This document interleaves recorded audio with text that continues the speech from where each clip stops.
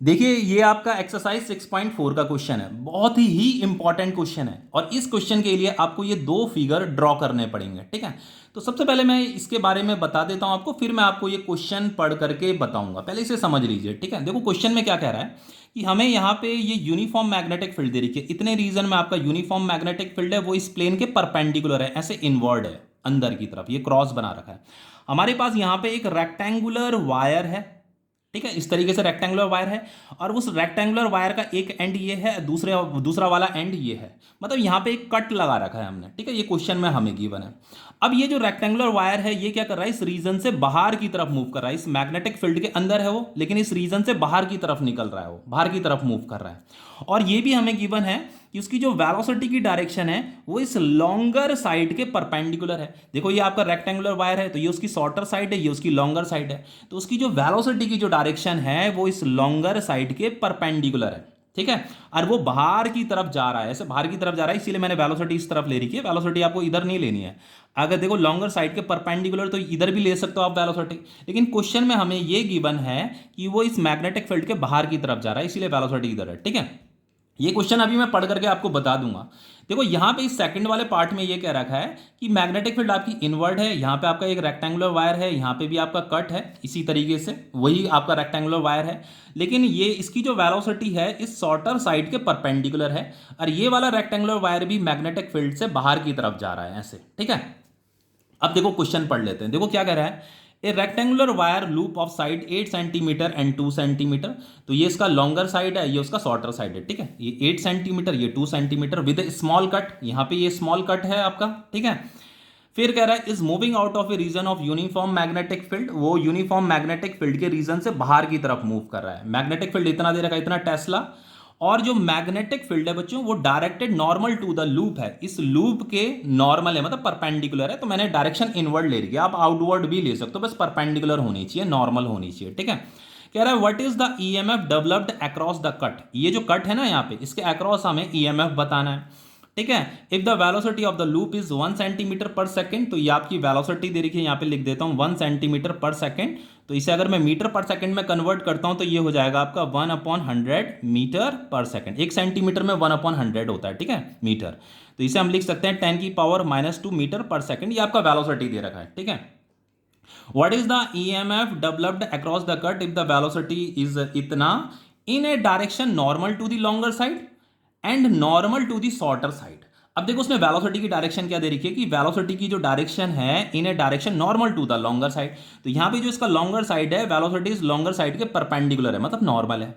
और दूसरे वाले में क्या कह रखा है कि जो वेलोसिटी है वो normal to the shorter side है, तो ये उसकी शॉर्टर साइड है, शॉर्टर साइड के नॉर्मल आपकी वेलोसिटी की डायरेक्शन है। ठीक है, हमें सिर्फ क्या बताना है यहाँ पे, हमें बताना है EMF developed across the cut. इस कट के अक्रॉस हमें ईएमएफ बताना है कि कितना ईएमएफ इसमें इंड्यूस हो रहा है। तो देखो बच्चों ये रेक्टेंगुलर वायर है, इस वायर का एक एंड ये है, दूसरा वाला एंड ये है। ठीक है, अब देखिए सबसे पहले मैं आपको एक चीज बता देता हूं बच्चों, ये आप लोगों को पता भी होगा। जैसे यहाँ पे आपका ये मैग्नेटिक फील्ड है ना, मान लो ये एक वायर है, तो कोई भी वायर अगर मान लो ये v वेलोसिटी से ऐसे मूव कर रहा है, ठीक है, तो ये वायर क्या कर रहा है, इस मैग्नेटिक फील्ड को काटते हुए जा रहा है। तो यहाँ पे ये वेलोसिटी है, ये उसकी लेंथ है, तो लेंथ, वेलोसिटी और मैग्नेटिक फील्ड के अंदर की तरफ है, तो तीनों की तीनों म्यूचुअली परपेंडिकुलर होने चाहिए। देन आप इस वाले फॉर्मूले को यूज कर सकते हो, E इज टू BVL। ठीक है, लेकिन बच्चों अगर ये तीनों के तीनों म्यूचुअली परपेंडिकुलर ना हो, मान लो इनमें से कोई भी दो अगर पैरेलल हैं, तो तब ईएमएफ इंड्यूस नहीं होता, तब ईएमएफ जीरो होता है। अभी तो इसमें ईएमएफ इंड्यूस हो रहा होगा क्योंकि यहां पे इसकी लेंथ, वेलोसिटी और मैग्नेटिक फील्ड तीनों क्या है, म्यूचुअली परपेंडिकुलर है।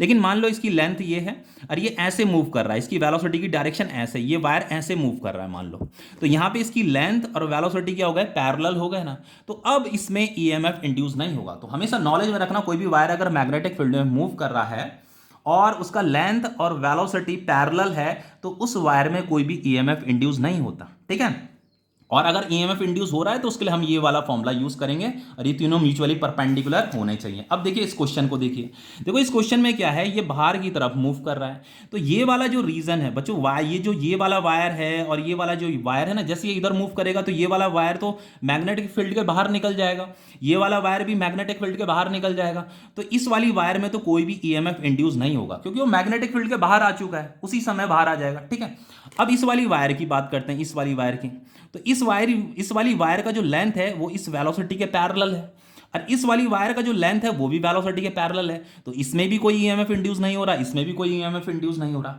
अब अगर हम इस वाली वायर की बात करें तो इसका जो लेंथ है ना वो इस वेलोसिटी के परपेंडिकुलर है, और मैग्नेटिक फील्ड भी अंदर की तरफ है, और मैग्नेटिक फील्ड भी लेंथ के भी परपेंडिकुलर है, और मैग्नेटिक फील्ड वेलोसिटी के भी परपेंडिकुलर है।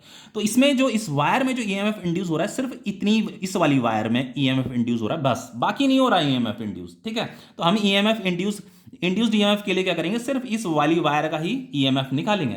तो उसके लिए फॉर्मूला क्या होता है, BVL, बस यही तो करना है।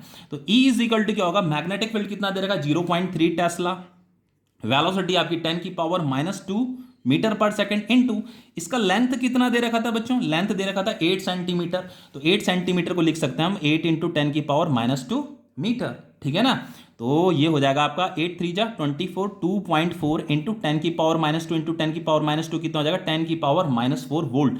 ये आपका ईएमएफ इंड्यूस्ड निकल गया। हमें ये बताना था कि यहाँ पे जो एक कट है इसके अक्रॉस कितना ईएमएफ होगा। तो ये वायर का एक एंड ये है, एक एंड ये है, तो इस पूरे वायर में जो ईएमएफ इंड्यूस हो रहा है वो सिर्फ इस वाली वायर की वजह से हो रहा है, इसीलिए हमने इसका ईएमएफ निकाला है।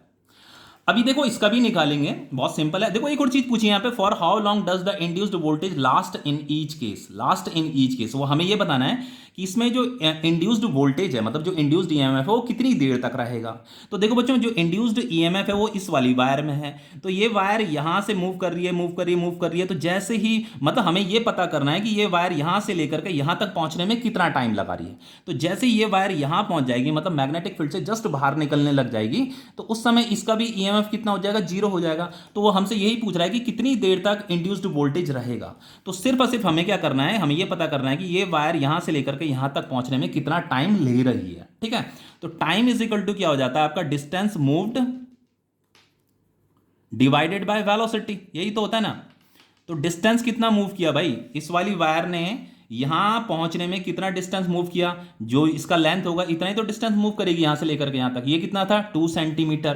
तो 2 × 10⁻², इसे मीटर में कन्वर्ट कर दो, इतना डिस्टेंस मूव्ड है। वेलोसिटी कितना था आपका, 10⁻² मीटर पर सेकंड, ये आपका वेलोसिटी था। तो ये कट जाएगा आपका, तो टाइम कितना आ गया, 2 सेकंड आ गया। ठीक है, तो सिर्फ 2 सेकंड तक ही इसमें ईएमएफ इंड्यूस्ड रहेगा। अब देखो इस वाले क्वेश्चन को कर लेते हैं। तो सबसे पहले देखो इस क्वेश्चन को देखो, ये ऐसे मूव कर रहा है, तो इसका ये वाला जो वायर है इसका लेंथ और इसका वेलोसिटी क्या है, पैरेलल है। तो इस वाली वायर में कोई भी ईएमएफ इंड्यूस नहीं हो रहा। इसका लेंथ और ये वेलोसिटी भी पैरेलल है, तो इसमें भी कोई ईएमएफ इंड्यूस नहीं हो रहा। इसका लेंथ और इसका वेलोसिटी पैरेलल है, इसमें भी कोई ईएमएफ इंड्यूस नहीं हो रहा। ये वाला जो वायर है ये जैसे ही मूव करेगा ये तो मैग्नेटिक फील्ड के बाहर निकल जाएगा, तो इसमें भी कोई ईएमएफ इंड्यूस नहीं होगा। ये वाला जो वायर है बच्चों, ये मैग्नेटिक फील्ड को काटते हुए जा रहा है, इसकी वेलोसिटी का डायरेक्शन ये है, इसका लेंथ ये है, तो लेंथ, वेलोसिटी और मैग्नेटिक फील्ड तीनों परपेंडिकुलर है। तो हम क्या करेंगे, सिर्फ इतने का ईएमएफ निकालेंगे। ठीक है, इस वाली वायर का ईएमएफ निकालेंगे जो इसमें इंड्यूस्ड हो रहा है। तो E इज इक्वल टू क्या हो जाएगा, BVL। E is equal to magnetic field कितना था, 0.3, इसकी वेलोसिटी कितनी दे रखी थी, 10⁻², और इसका लेंथ कितना दे रखा था, लेंथ दे रखा था 2 सेंटीमीटर। ठीक है, तो 2 सेंटीमीटर को हम मीटर में कन्वर्ट कर देंगे, 2 × 10⁻²। तो 2 × 0.3 कितना हो जाएगा, 0.6 इंटू ये हो जाएगा आपका 10⁻⁴ वोल्ट। इतना ईएमएफ इंड्यूस हो रहा है इसके अक्रॉस, मतलब इस वायर के अक्रॉस, मतलब ये जो दो एंड है ना, इसके अक्रॉस जो ईएमएफ इंड्यूस हो रहा है उसके लिए रिस्पॉन्सिबल कौन है, सिर्फ ये वाला वायर रिस्पॉन्सिबल है। तो इसीलिए हमने इसी का इंड्यूस्ड ईएमएफ निकाला है। अब हमें टाइम भी बताना है कि how long does the induced voltage last in each case. तो टाइम के लिए हम क्या करेंगे, distance moved divided by velocity. तो इसने, इस वाली वायर ने यहां से लेकर के यहां तक पहुंचने में कितना डिस्टेंस मूव किया होगा, इसका लेंथ निकाल लो, यहां से लेकर के यहां तक पहुंचने में। तो इसका लेंथ कितना दे रखा था, 8 सेंटीमीटर दे रखा था ना। तो इस वायर ने यहां से लेकर के यहां तक पहुंचने में 8 सेंटीमीटर का डिस्टेंस मूव किया है। तो 8 सेंटीमीटर को मीटर में कन्वर्ट कर लो, 8 × 10⁻² मीटर, और वेलोसिटी दे रखा था 10⁻², तो ये कट जाएगा। तो टाइम कितना आ गया आपका, 8 सेकेंड आ गया। तो ये क्वेश्चन आपका कंप्लीट हो गया है।